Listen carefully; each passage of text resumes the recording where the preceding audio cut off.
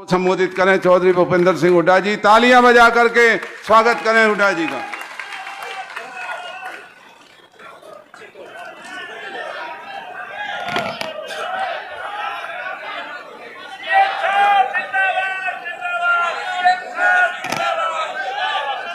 आज के पलवल जिला के कांग्रेस कार्यकर्ताओं के सम्मेलन की अध्यक्षता कर रहे हमारे हरियाणा प्रदेश कांग्रेस कमेटी के अध्यक्ष चौधरी उदय भान जी और यहीं से पूर्व मंत्री रहे हमारे जुझारू साथी जिन्होंने बहुत काम किया आपके यहाँ, चौधरी करण सिंह दलाल जी, और हमारे पुराने साथी पूर्व विधायक चौधरी हर्ष कुमार जी, सुखवीर परमाना जी पूर्व विधायक, इसराइल चौधरी जी, जगन डागर जी, राजा राम ठाकुर जी, मणिपाल बंधु जी, केशव भुंजाल जी, बलजीत डागर जी, रमेश राणा जी और हमारे पुराने मित्र चेयरमैन विजेंद्र जी, निखिल भारद्वाज जी और वकील हमारे सहपाठी साथी गिरीश भारद्वाज जी, तुईराम भारद्वाज जी व हमारे साथी रहे वकील हमारे सहपाठी प्रहलाद मित्तल जी, सम्मानित मंच और उपस्थित सभी मेरे बुजुर्गों, नौजवान साथियों व मातृशक्ति पत्रकार बंधुओं। देखो आप बहुत देर से बैठे हैं, आपके खूब पसीना आया हुआ है, पसीना मेरे भी आ रहा है खूब। लेकिन एक बात कह के जा रहा हूं, जो आज आपने पसीना लिया है ना, ये खाली नहीं जाएगा, हरियाणा की राजनीति में कुछ ना कुछ रंग लेके आएगा। आज हम आए थे आपका धन्यवाद करने के लिए, जो पार्लियामेंट में 36 बिरादरी ने जिस प्रकार से सहयोग दिया और पूरे हिंदुस्तान में हरियाणा के इंडिया अलायंस को सबसे ज़्यादा वोट शेयर मिला है। उस आप सबका बहुत बहुत आभार और बहुत बहुत धन्यवाद। साथ ही जो साथी जैसे दलाल साहब ने सबके नाम बताए, जिन भी साथियों ने, प्रमुख आदमियों ने आज कांग्रेस में हम शामिल हुए हैं, मैं अपनी ओर से और पूरी पार्टी की ओर से उनका स्वागत करता हूं और उनको विश्वास दिलाता हूं कि पार्टी में उनको उचित मान सम्मान और स्थान मिलेगा, ताकि हम सब आगे चलेंगे। देखिए, बातें अध्यक्ष जी ने, उदय भान जी ने विस्तार से बता दी, दलाल साहब ने बता दी और साथी बोले सब बता दी। मैं समझता हूं हम बताएं ना बताएं, आप सबको मालूम है, सबने तोल के देखा है, ये जो 9.5 साल से सरकार चल रही है, ये इससे कोई एक वर्ग भी संतुष्ट नहीं है। कोई काम इनके, कोई अगर अच्छा कार्य करते तो मैं जरूर इनकी प्रशंसा करता, कोई उनके खाते में कोई उपलब्धि नहीं है। जैसा अध्यक्ष जी ने बताया, एक बोल मेट्रो का नहीं लगाया 9.5 साल में, 1 इंच रेलवे लाइन नहीं बढ़ाने का काम किया और 1 यूनिट बिजली नहीं बनाई, एक बड़ी यूनिवर्सिटी नहीं बनाई, एक बड़ा मेडिकल कॉलेज नहीं बनाया, एक भी नहीं बनाया। हमने सब जगह ये किया। आपका मेरे को याद है, जब मैं दलाल साहब ने यहाँ मेरे को बुलाया था, इन्होंने पहली बात ये कही थी कि पलवल को जिला बनाओ, और वहीं हमने कह दिया था, दलाल साहब ने कहा तो ये जिला बनेगा। फिर जिला बन गया तो कहने लगे भाई सबसे खूबसूरत ये जिले का सेक्रेटरीट होना चाहिए, बढ़िया होना चाहिए, इसमें भी कोई दो राय नहीं। सारे हरियाणा में घूमो, जितने नए जिले बने सबसे बढ़िया सेक्रेटरीट आपका है दलाल साहब। तो ये दलाल साहब ने कहा। चौधरी उदय भान जी मेरे बहुत करीबी साथी रहे। जब मैं अध्यक्ष था तो ये जिले के अध्यक्ष थे, आज मैं सीएलपी का नेता हूं तो ये प्रधान है पूरे प्रदेश के। तो ये साथी हमारे इतने मजबूत हैं। इसराइल के पिताजी जलेब खान साहब, हर्ष कुमार जी, इनका पूरा सहयोग रहा, तो पलवल जिले का पूरा सहयोग मेरे को मिलता रहा और उस सहयोग की वजह से मौका मिला पूरी प्रदेश की सेवा की। अब सवाल ये का है, आज एक निवेदन करने आए हैं आपसे कि भाई ये जो बताए कि सरकार ने तो कुछ किया नहीं और हमने क्या किया, घर घर आपको ये बात पहुंचानी है, इनकी विफलताएं और हमारी उपलब्धियां। 10 साल में जब 2014 में हमने सरकार छोड़ी तो उस समय हरियाणा प्रति व्यक्ति आय में, प्रति व्यक्ति निवेश में, कानून व्यवस्था में, नौकरी देने में, खेल और खिलाड़ियों में पूरे हिंदुस्तान में नंबर 1 प्रदेश था। आज 9.5 साल 10 साल के बाद किस चीज में नंबर 1 है आज हरियाणा? आज नंबर 1 है बेरोजगारी में, महंगाई में, अपराध में। और खिलाड़ियों को तो आप देख रहे हो, जो हमारी पहलवान बेटियां जिन्होंने हमारा नाम दुनिया में कमाया, उनके साथ क्या व्यवहार हुआ जंतर मंतर पर, आज तक भी उनको न्याय नहीं मिला। तो किया क्या है सरकार ने?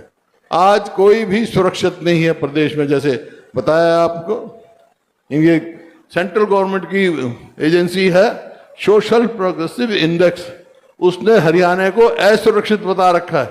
तो जब ये स्थिति है, ना हम सुरक्षित हैं, ना हमारा विकास हो रहा है, तो भाई सरकार का क्या काम है? बनते ही कहा इन्होंने कि हम हर जिले में मेडिकल कॉलेज बनाएंगे। भाई पलवल में बना मेडिकल कॉलेज? कोई नाम और कोई काम? सारे बैठे हैं भाई, आज तो सारी पार्टियों से भी आए हैं रह रह के, उन वही बता दे कोई भाई 9.5 साल में कोई काम हुआ हो पलवल में? तो फिर तो ये बात मेरे को, मैं समझता हूँ सब समझते हैं, लेकिन एक बात है, जब आप जाओगे कांग्रेस की वोट मांगने के लिए तो लोग ये तो कहेंगे भाई ठीक है, इनने तो भट्ठा बैठा दिया हरियाणा का, लेकिन कांग्रेस की सरकार आ गई तो तुम क्या करोगे, पूछेंगे आपसे। तो भाई हमारा घोषणा पत्र तैयार हो रहा है, लेकिन 5-7 फैसले हम मुख्य कर चुके हैं, उनको मैं कह के जा रहा हूं, जो कहते हैं वो करते हैं। हम क्या करेंगे? हमारी सरकार आई कांग्रेस पार्टी की तो पहला काम करेंगे, हम अपने बुजुर्गों की पेंशन 6,000 रुपये महीने करेंगे। और जो गरीब आदमी की जो महंगाई बढ़ रही है, उसमें बिजली का बड़ा भारी वो है, महंगी हो रही है, 300 यूनिट बिजली माफ करेंगे भाई।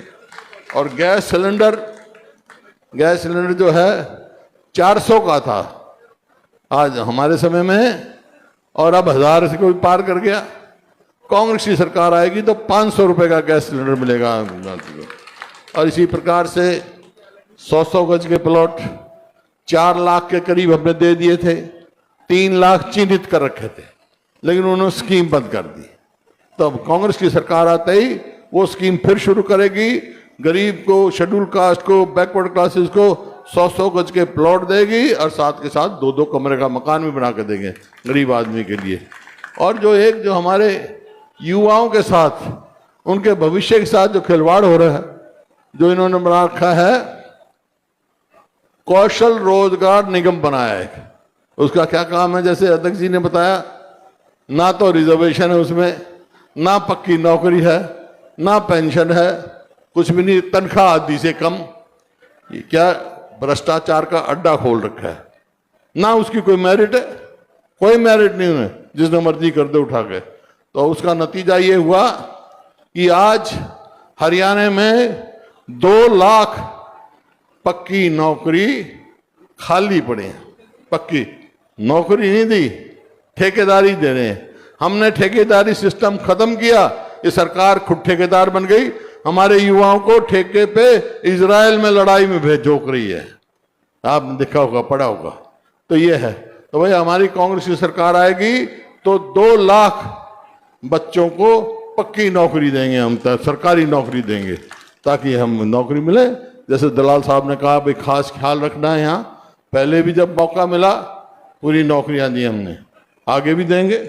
इसी प्रकार से किसान की बात, किसान का इन्होंने कहा कि 2022 तक हम किसान की आमदनी दुगनी कर देंगे, वायदा था इनका। अब है 2024।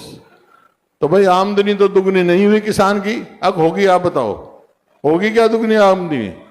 आमदनी तो दुगनी नहीं हुई, लेकिन लागत लागत कई गुना बढ़ गई। देखो 2014 में डीजल का क्या भाव था, खाद का क्या भाव था, कीटनाशक दवाइयों का क्या भाव था। कोई टैक्स नहीं था हरियाणा में इन चीजों पे किसान को, और डीजल पे वैट 9% था जो इन्होंने आज 18% कर दिया। कहां से कहां पहुंच गए, लागत तो कई गुना बढ़ा दी, आमदनी कहां घटा दी। अब कह रहे, आज अखबार में पढ़ रहा था कि हम सारी फसलों के एमएसपी देंगे, मुख्यमंत्री ने कहा। अरे क्यों झूठ बोलते हो भाई, पीछे 14 फसलों का कहा था हमने, कभी कुछ कहा। मैं पूरे हरियाणा में घूमता हूं, कब सबको एमएसपी मिली, परेशानी के सिवाय और कोई काम नहीं। मेरी फसल मेरा ब्यौरा एक पोर्टल चला दिया, किसान अपनी फसल निकाले, खेत में बैठा है, ऊपर राम बरसन न हो रहा है, और वो देखे मेरा नंबर आया कि नहीं आया, इतने राम बरस जा। कहां किसान की बात। हाँ, तुम्हारा एक है, मैं उसकी प्रशंसा करूंगा। कल ही बयान दें कि हम सबको एमएसपी देंगे और एमएसपी की कानूनी गारंटी देंगे, ताकि जो कम दे तो हम मुकदमे में उसको अंदर करा सके। जब तो फायदा है, झूठे हुए आश्वासन देने का क्या फायदा। कांग्रेस ने फैसला कर रखा है, कांग्रेस की जितनी केंद्र में सरकार आएगी, लीगल गारंटी, कानूनी गारंटी दी जाएगी किसान को।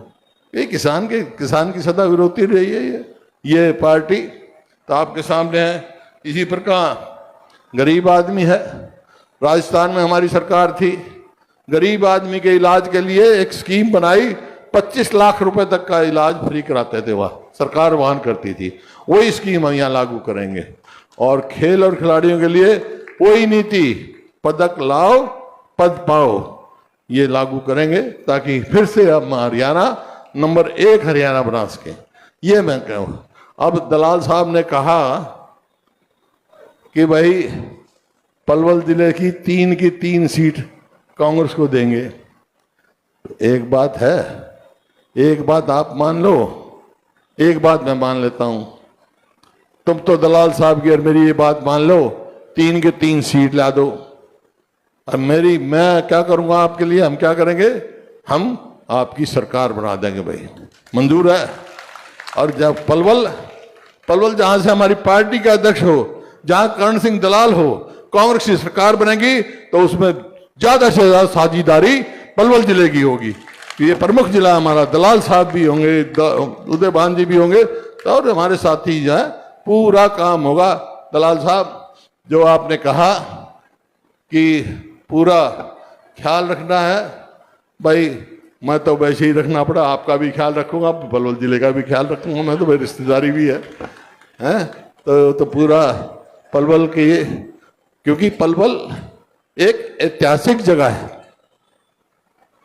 अगर आज देश की आजादी की लड़ाई के इतिहास में किसी शहर का सुनहरी लफ्जों से नाम लिखा हुआ है, तो वो पलवल का है।